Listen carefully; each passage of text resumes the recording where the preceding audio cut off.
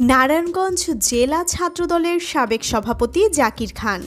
তার বাস্তব জীবনের চালচলন অনেকটা সিনেমার মতো। হত্যা মামলায় আসামি ছিলেন কয়েক দশক পলাতক। 2 দশকের বেশি সময় পরে বিদেশ থেকে ফিরে যেদিন গ্রেফতার হলেন, সেদিনই আইনশৃঙ্খলা বাহিনীর সংবাদ সম্মেলন করেছিলেন সাংবাদিকের সাথে খুনসুটি, যা একজন গ্রেফতারকৃত ব্যক্তিদের মধ্যে বিরল ঘটনা।